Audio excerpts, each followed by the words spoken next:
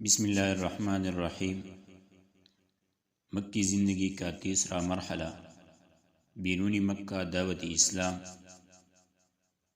شوال 10ویں سال نبوت، اواخر مئی یا اوائل جون 619 نبی صلی اللہ علیہ وسلم طائف تشریف لے گئے۔ یہ مکے سے تقریباً 60 میل دور ہے۔ آپ صلی اللہ علیہ وسلم نے یہ مسافت آتے جاتے پیدل طے فرمائی تھی۔ آپ صلی اللہ علیہ وسلم کے ہمراہ آپ صلی اللہ علیہ وسلم کے آزاد کردہ غلام حضرت زید بن حارثہ تھے۔ راستے میں جس قبیلے سے گزر ہوتا اسے اسلام کی دعوت دیتے، لیکن کسی نے بھی یہ دعوت قبول نہیں کی۔ جب طائف پہنچے تو قبیلے ثقیف کے 3 سرداروں کے پاس تشریف لے گئے، جو آپس میں بھائی تھے اور جن کے نام یہ تھے عبد یالیل، مسعود اور حبیب۔ ان تینوں کے والد کا نام عمرو بن عمیر ثقفی تھا۔ آپ صلی اللہ علیہ وسلم نے ان کے پاس بیٹھنے کے بعد انہیں اللہ کی اطاعت اور اسلام کی مدد کی دعوت دی۔ جواب میں ایک نے کہا کہ وہ کعبے کا پردہ پھاڑے اگر اللہ نے تمہیں رسول بنایا ہو۔ دوسرے نے کہا کیا اللہ کے تمہارے علاوہ کوئی اور نہ ملا؟ تیسرے نے کہا میں تم سے ہرگز بات نہ کروں گا، اگر تم واقعی پیغمبر ہو تو تمہاری بات رد کرنا میرے لیے انتہائی خطرناک ہے، اور اگر تم نے اللہ پر جھوٹ گڑھ رکھا ہے تو پھر مجھے تم سے بات کرنی ہی نہیں چاہیے۔ یہ جواب سن کر آپ صلی اللہ علیہ وسلم وہاں سے اٹھ کھڑے ہوئے اور صرف اتنا فرمایا تم لوگوں نے جو کچھ کیا بہرحال اسے فاصلی پردہ ہی رکھنا۔ رسول اللہ صلی اللہ علیہ وسلم نے طائف میں 10 دن قیام فرمایا۔ اسی دوران آپ صلی اللہ علیہ وسلم ان کے ایک سردار کے پاس تشریف لے گئے اور ہر ایک سے گفتگو کی، لیکن سب کا ایک ہی جواب تھا کہ تم ہمارے شہر سے نکل جاؤ، بلکہ انہوں نے اپنی اوباشوں کو شے دی دی۔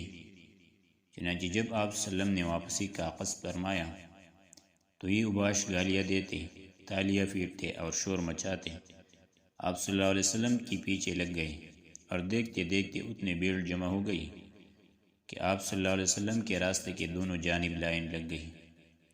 پھر گالیوں اور بدزبانیوں کے ساتھ ساتھ پتھر بھی چلنے لگے، جس سے آپ صلی اللہ علیہ وسلم کے ایڑے پر اتنے زخم آئے کہ جسم سے خون بہنے لگے۔ ادھر حضرت زید بن حارثہ رضی اللہ عنہ ڈال بن کر چلتے ہوئے پتھروں کو روک رہے تھے، جس سے ان کے سر میں کئی جگہ چوٹ آئی۔ بدمعاشوں نے یہ سلسلہ برابر جاری رکھا، یہاں تک کہ آپ صلی اللہ علیہ وسلم کو عتبہ اور شیبہ ابنائے ربیعہ کے ایک باغ میں پناہ لینے پر مجبور کر دیا۔ یہ باغ طائف سے 3 میل کے فاصلے پر واقع تھا۔ جب آپ صلی اللہ علیہ وسلم نے یہاں پناہ لی تو بھیڑ واپس چلی گئی، اور آپ صلی اللہ علیہ وسلم ایک دیوار سے ٹیک لگا کر انگور کی بیل کے سائے میں بیٹھ گئے۔ قدر اطمینان ہوا تو دعا فرمائی، جو دعائی مستضعفین کے نام سے مشہور ہے۔ اس دعا کے ایک فقرے سے اندازہ کیا جا سکتا ہے کہ طائف میں اس بدسلوکی سے دوچار ہونے کے بعد اور کسی ایک بھی شخص کے ایمان نہ لانے کی وجہ سے آپ صلی اللہ علیہ وسلم کس قدر دل فگار تھے، اور آپ صلی اللہ علیہ وسلم کے احساسات پر حزن و علم اور غم و افسوس کا کس قدر غلبہ تھا۔ آپ صلی اللہ علیہ وسلم نے فرمایا باری الہی میں تجھ ہی سے اپنی کمزوری و بے بسی اور لوگوں کے نزدیک اپنے بے قدری کا شکوہ کرتا ہوں۔ یا ارحم الراحمین، تو کمزوروں کا رب ہے اور تو ہی میرا بھی رب ہے۔ تو مجھے کس کے حوالے کر رہا ہے؟ کیا کسی بیگانے کے جو میرے ساتھ تندی سے پیش آئے، یا کسی دشمن کے جس کو تو نے میرے معاملے کا مالک بنا دیا ہے؟ اگر مجھ پر تیرا غضب نہیں ہے تو مجھے کوئی پرواہ نہیں، لیکن تیری عافیت میں میرے لیے زیادہ کشادہ ہے۔ میں تیرے چہرے کے اس نور کی فنا چاہتا ہوں جس سے تاریکیاں روشن ہو گئی اور جس پر دنیا و آخرت کے معاملات درست ہوئے، کہ تو مجھ پر اپنا غضب نازل کرے یا تیرا عتاب مجھ پر وارد ہو۔ تیری ہی رضا مطلوب ہے، یہاں تک کہ تو خوش ہو جائے، اور تیرے بغیر کوئی زور اور طاقت نہیں۔ ادھر آپ صلی اللہ علیہ وسلم کو ابنائے ربیعہ نے اس حالت زار میں دیکھا تو ان کے جذبۂ قرابت میں حرکت پیدا ہوئی، اور انہوں نے اپنے ایک عیسائی غلام کو جس کا نام اداس تھا بلا کر کہا کہ اس انگور سے ایک گچھا لو اور اس شخص کو دے آؤ۔ جب اس نے انگور آپ صلی اللہ علیہ وسلم کی خدمت میں پیش کیا تو آپ صلی اللہ علیہ وسلم نے بسم اللہ کہہ کر ہاتھ بڑھایا اور کھانا شروع کیا۔ اداس نے کہا یہ جملہ تو اس علاقے کے لوگ نہیں بولتے۔ رسول اللہ صلی اللہ علیہ وسلم نے فرمایا تم کہاں کے رہنے والے ہو اور تمہارا دین کیا ہے؟ اس نے کہا میں عیسائی ہوں اور نینوا کا باشندہ ہوں۔ رسول اللہ صلی اللہ علیہ وسلم نے فرمایا اچھا تم مرد صالح یونس بن متی علیہ السلام کے بستی کے رہنے والے ہو؟ اس نے کہا آپ صلی اللہ علیہ وسلم یونس بن متی کو کیسے جانتے؟ رسول اللہ صلی اللہ علیہ وسلم نے فرمایا وہ میرے بھائی تھے، وہ نبی تھے اور میں بھی نبی ہوں۔ یہ سن کر اداس رسول اللہ صلی اللہ علیہ وسلم پر جھک پڑا اور آپ صلی اللہ علیہ وسلم کے سر اور ہاتھ پاؤں کو بوس دیا۔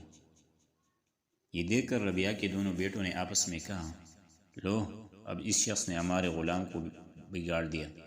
اس کے بعد جب اداس واپس گیا تو دونوں نے اس سے کہا یہ کیا معاملہ تھا؟ اس نے کہا میرے آقا روئے زمین پر اس شخص سے بہتر کوئی اور نہیں، اس نے مجھے ایک ایسی بات بتائی ہے جسے نبی کے سوا کوئی نہیں جانتا۔ ان دونوں نے کہا دیکھو اداس کہ یہ شخص تمہیں تمہارے دین سے پیر نہ دے، کیونکہ تمہارا دین اس کے دین سے بہتر ہے۔ قدر ٹھہر کر رسول اللہ صلی اللہ علیہ وسلم باغ سے نکلے تو مکے کے راہ پر چل پڑے۔ غم و علم کی شدت سے طبیعت نڈال اور دل پاش پاش تھا۔ قرنی منازل پہنچے تو اللہ تعالیٰ کے حکم سے حضرت جبریل علیہ السلام تشریف لائے۔ ان کے ساتھ پہاڑوں کا فرشتہ بھی تھا۔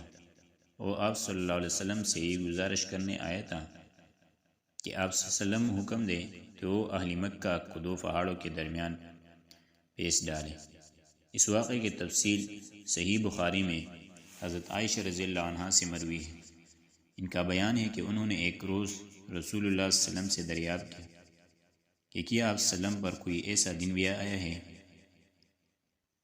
جو احد کے دن سے زیادہ سنگین رہا ہو؟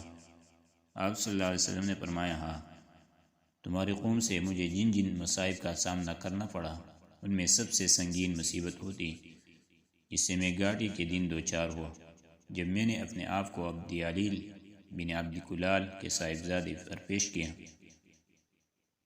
مگر اس نے میری بات منظور نہ کی تو میں غم و علم سے نڈال اپنے رخ پر چل پڑا اور مجھے قرن ثعالب پہنچ کر ہی افاقہ ہوا۔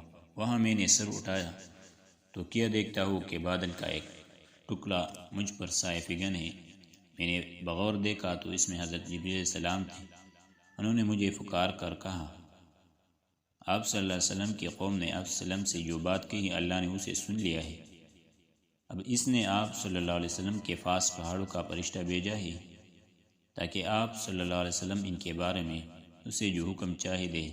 اس کے بعد پہاڑوں کے فرشتے نے مجھے آواز دی اور سلام کرنے کے بعد کہا اے محمد صلی اللہ علیہ وسلم بات یہی ہے، اب آپ علیہ السلام جو چاہے، اگر چاہے کہ میں انہیں دو پہاڑوں کے درمیان کچل لوں تو ایسا ہی ہوگا۔ نبی علیہ السلام نے فرمایا نہیں، بلکہ مجھے امید ہے کہ اللہ عز و جل ان کے فوج سے ایسی نسل پیدا کرے گا جو صرف ایک اللہ کی عبادت کرے گی اور اس کے ساتھ کسی چیز کو شریک نہ ٹھہرائے گی۔ رسول اللہ صلی اللہ علیہ وسلم کی اس جواب میں آپ صلی اللہ علیہ وسلم کی یگانہ روزگار شخصیت اور ناقابل اوراق گہرائی رکھنے والے اخلاق عظیمہ کے جلوے دیکھے جا سکتے ہیں۔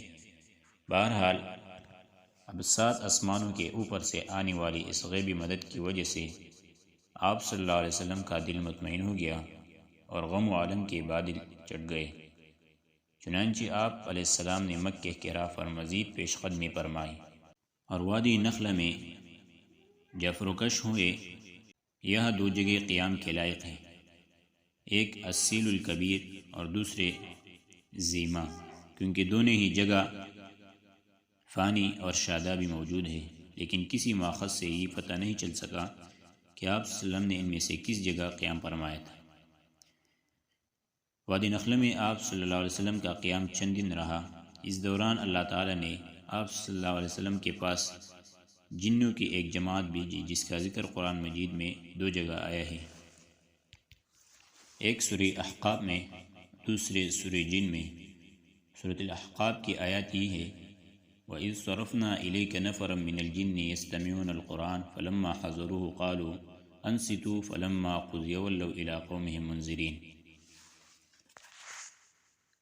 سورہ جن کی آیات یہ ہے، قُلْ أُوحِيَ إِلَيَّ أَنَّهُ اسْتَمَعَ نَفَرٌ مِّنَ الْجِنِّ فَقَالُوا إِنَّا سَمِعْنَا قُرْآنًا عَجَبًا يَهْدِي إِلَى الرُّشْدِ فَآمَنَّا بِهِ وَلَن نُّشْرِكَ بِرَبِّنَا أَحَدًا۔ یہ آیات جو اس واقعے کے بیان کے سلسلے میں نازل ہوئے، ان کے سیاق و سباق سے معلوم ہوتا ہے کہ نبی صلی اللہ علیہ وسلم کو ابتداءً جنوں کی اس جماعت کی آمد کا علم نہ ہو سکا، بلکہ جب ان آیات کے ذریعے اللہ تعالیٰ کی طرف سے آپ صلی اللہ علیہ وسلم کو اطلاع دی گئی تب آپ صلی اللہ علیہ وسلم واقف ہو سکے۔ یہ بھی معلوم ہوتا ہے کہ جنوں کی آمد پہلی بار ہوئی تھی، اور احادیث سے پتہ چلتا ہے کہ اس کے بعد ان کی آمد و رفت ہوتی رہی۔ جنوں کی آمد اور قبول اسلام کا واقعہ در حقیقت اللہ تعالیٰ کی جانب سے دوسری مدد تھی جو اس نے اپنے غیب مکنون کے خزانے سے اپنے اس لشکر کے ذریعے فرمائی تھی، جس کا علم اللہ کے سوا کسی کو نہیں۔ پھر اس واقعے کے تعلق سے جو آیات نازل ہوئے، ان کے بیچ میں نبی صلی اللہ علیہ وسلم کی دعوت کی کامیابی کی بشارتیں بھی ہے، اور اس بات کی وضاحت بھی کہ کائنات کے کوئی بھی طاقت اس دعوت کی کامیابی کے راہ میں حائل نہیں ہو سکتی۔ چنانچہ ارشاد ہے، وَمَن لَّا يُجِبْ دَاعِيَ اللَّهِ وَلَيْسَ بِمُعْجِزٍ فِي الْأَرْضِ وَلَيْسَ لَهُ مِن دُونِهِ أَوْلِيَاءُ أُولَٰئِكَ فِي ضَلَالٍ مُّبِينٍ۔ جو اللہ کے داعی کی دعوت قبول نہ کرے، وہ زمین میں اللہ کو بے بس نہیں کر سکتا، اور اللہ کے سوا اس کا کوئی کارساز بھی نہیں، اور ایسے لوگ کھلی ہوئی گمراہی میں ہیں۔ وَأَنَّا ظَنَنَّا أَن لَّن نُّعْجِزَ اللَّهَ فِي الْأَرْضِ وَلَن نُّعْجِزَهُ هَرَبًا۔ ہماری سمجھ میں آ گیا ہے کہ ہم اللہ کو زمین میں بے بس نہیں کر سکتے، اور نہ ہم بھاگ کر ہی اسے پکڑنے سے عاجز کر سکتے ہیں۔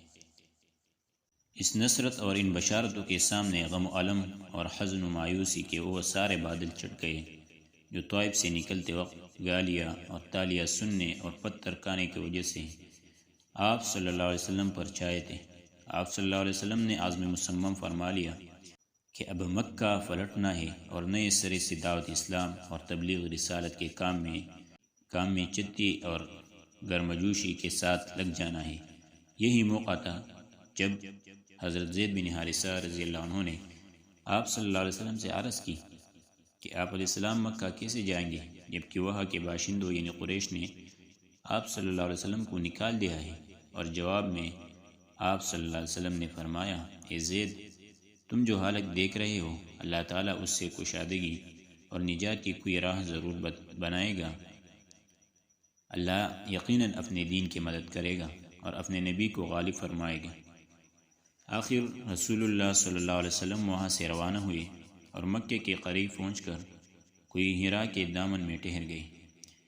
پھر خزاعہ کے ایک آدمی کے ذریعے اخنس بن شریح کو یہ پیغام بھیجا کہ وہ آپ صلی اللہ علیہ وسلم کو فنا دے دے، مگر اخنس نے یہ کہہ کر معذرت کر لی کہ میں حلیف ہوں اور حلیف فنا دینے کا اختیار نہیں رکھتا۔ اس کے بعد آپ صلی اللہ علیہ وسلم نے سہیل بن عامر کے پاس یہی پیغام بھیجا، مگر اس نے بھی یہ کہہ کر معذرت کر لی کہ بنی عامر کی دی ہوئی پناہ بنو کعب پر لاگو نہیں ہوتی۔ اس کے بعد آپ صلی اللہ علیہ وسلم نے مطعم بن عدی کے پاس پیغام بھیجا۔ مطعم نے کہا ہاں، اور پھر ہتھیار پہن کر